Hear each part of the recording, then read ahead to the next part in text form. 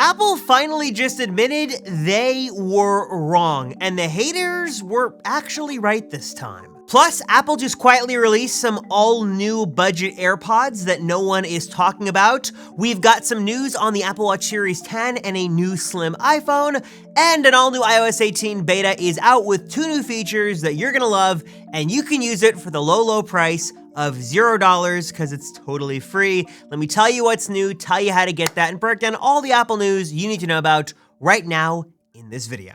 Okay, so I'm gonna start this video off with a little bit of a throwback, and I want you to comment down below if you remember this. Anyone here remember Bengate? Back with the iPhone 6 series, specifically with the 6 Plus, Apple was going all in on thinness. They were trying to make and market the thinnest smartphone ever. And while I don't think it was the thinnest phone ever, it was certainly one of the thinnest on the market. But there was just one problem. If you had it in your pocket a certain way, or particularly tight pants, or you just gave a little tug to the chassis, the phone could and sometimes would sort of unavoidably bend under pressure. Unbox Therapy had that viral video that sort of took the internet by storm when he bent the iPhone, I think a couple of iPhones near the end there. And the whole incident was dubbed Bengate, and ever since then, Apple has quietly been reinforcing their phones to make sure nothing like that could happen again, and also sort of going back to making a little bit of thicker devices with better battery life and not trying to make the thinnest thing on the market. But that might not be the case anymore, and this might not be good news. New reports say that this all-new impossibly thin iPad Pro is sort of ushering in a new family of Apple devices to come that will once again focus on thinness as one of the big design priorities. We're hearing that Apple's working on thinner iPhones, thinner Apple Watches, thinner MacBook Pros, and that this again is gonna be something that Apple's looking at sort of doing in the coming years. In fact, we've heard that Apple Watch Series 10, I'll talk about more in a moment, is set to be thinner than the outgoing models. And also, you might remember I've talked about this recently, an iPhone 17 Slim, gonna be a big part of 2025. This new high-end Pro iPhone is set to be super thin, hence the name iPhone 17 Slim, or at least that's the rumor right now. Would you rather have a bit of a thicker, beefier device with better battery life, or would you rather have a thinner phone, even if it compromised things on battery life and also ports? Because we've heard Apple's been trying to sort of remove ports for a while, and maybe an iPhone 17 Slim could be super slim, but may forego the USB-C port. Let me know where you stand on this whole thing down below. In some slightly more encouraging news though, iOS 18 Beta 2 launched on Monday and brought with it 2 really cool features that I know I'm super excited about, and I'm sure many of you guys are excited to try as well. One is that iPhone to Mac screen mirroring thing that allows you to mirror and control your iPhone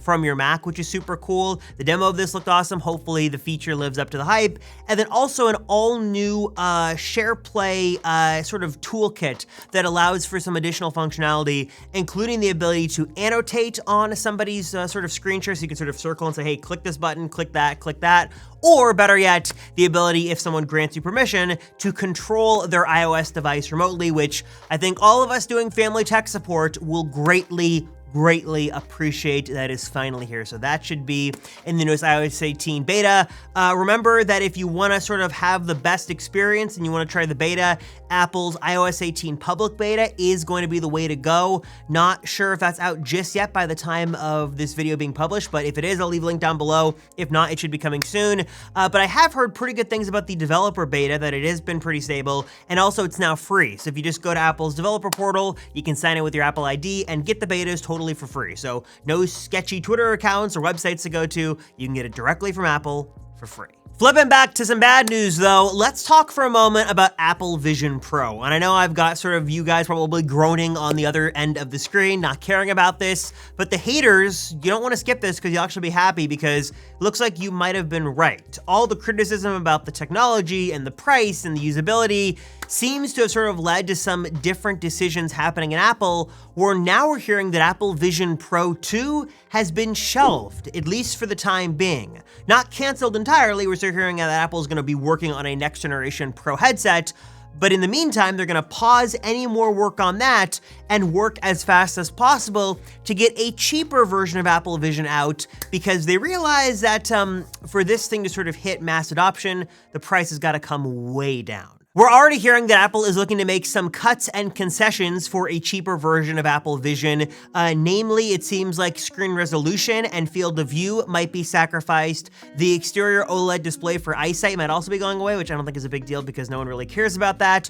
And then probably the bigger thing that might drive costs down is by reducing some of the intricate circuitry and relying on a tethered device like a Mac or an iPhone to do some of the heavy lifting in terms of processing power in order to give you that Vision Pro experience. So we're hearing that the price might be brought down to like pro level iPhone-ish pricing. So maybe $1,500 to $2,000, which is way more reasonable than $3,500, but you wouldn't have a totally independent experience. You'd need to have an iPhone, maybe even a pro-end iPhone or some other high-end Apple Silicon device in order to power that experience. But we're hearing that Apple is working on that. Probably wouldn't see any traction in that department until the end of next year. But yeah, if you were critical of Vision Pro, you have every right to gloat, because Apple admits they've got to really pump the brakes on that and get the cheaper version out way sooner than later. We're also learning a bit more about Apple Watch Series 10 or Apple Watch Series X coming later on this fall. Of course, this is the big 10th anniversary Apple Watch, so Apple might be giving this thing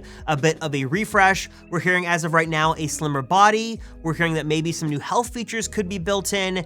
And also Apple looks to be ditching their smaller screen sizes and going larger like the Apple Watch Ultra. So instead of having 41 and 45 millimeters, starting with Series 10, we're gonna see 45 and 49 millimeters. So basically the same size as Apple Watch Ultra and Ultra 2, or a little bit smaller, and likely what's gonna happen is Apple's gonna reserve the smaller screen size for probably the Apple Watch SE lineup. We're also hearing this new Series 10 could have a more efficient display, and also that the band attachment mechanism, I've got this really cool new Nomad band, by the way, I'll put a link to that down below if you wanna check it out, might actually be different, so your existing Apple Watch bands might not work. Though given that they still work with the Ultra, I can't imagine Apple totally ditching a decade's worth of sort of Apple Watch bands and accessories, but who knows?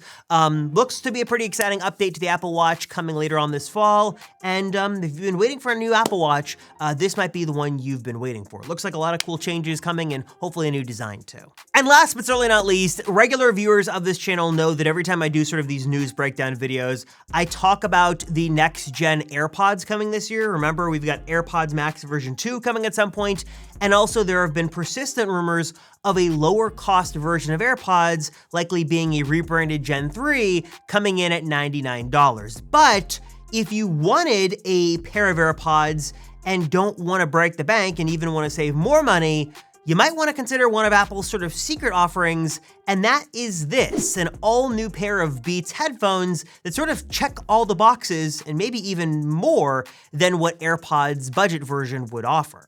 These are the all-new Beats Solo Buds. They just launched. They've got this really cool translucent design, and because they're made by Apple and Beats is sort of a subcategory of Apple now, they have all the Apple magic built in. So they've got good audio quality, they've got really good pairing, they've got good battery life. Again, that translucent design is very, very cool, but in order to keep costs down to an $80 price tag, let me say that again, $80 for a brand new pair of AirPods-esque earbuds, you're gonna make some concessions. Biggest one here is gonna be there is no active noise cancellation, and also the case does not have a built-in battery. So your battery life, while it's probably pretty good, is basically only reliant on the built-in battery in those little earbuds themselves. So of course there are gonna be some concessions here, but again, $80 for that Apple Magic built in, really good audio quality and seamless pairing and stuff like that. If you are interested, we will try to put a link down below in the description. Yeah, I don't know if we're gonna see an official AirPods Lite announcement or whatever they call it in the fall, or maybe later on towards the end of the year. But if you wanted a budget pair of AirPods and don't want to wait, this is honestly a really solid option. As always though, I wanna know your thoughts on all the Apple news down below in the comments. Your thoughts on Vision Pro failure, a cheaper version, what price would it have to be to get you to buy it? Also your thoughts on iOS 18, the new features we've gotten, Apple going thinner and not chunkier. Let me know if that's a good thing or a bad thing in the comments down below. Thanks so much guys for watching, I appreciate you all. I'm Robert Rosenfeld, and I'll see ya in the next one.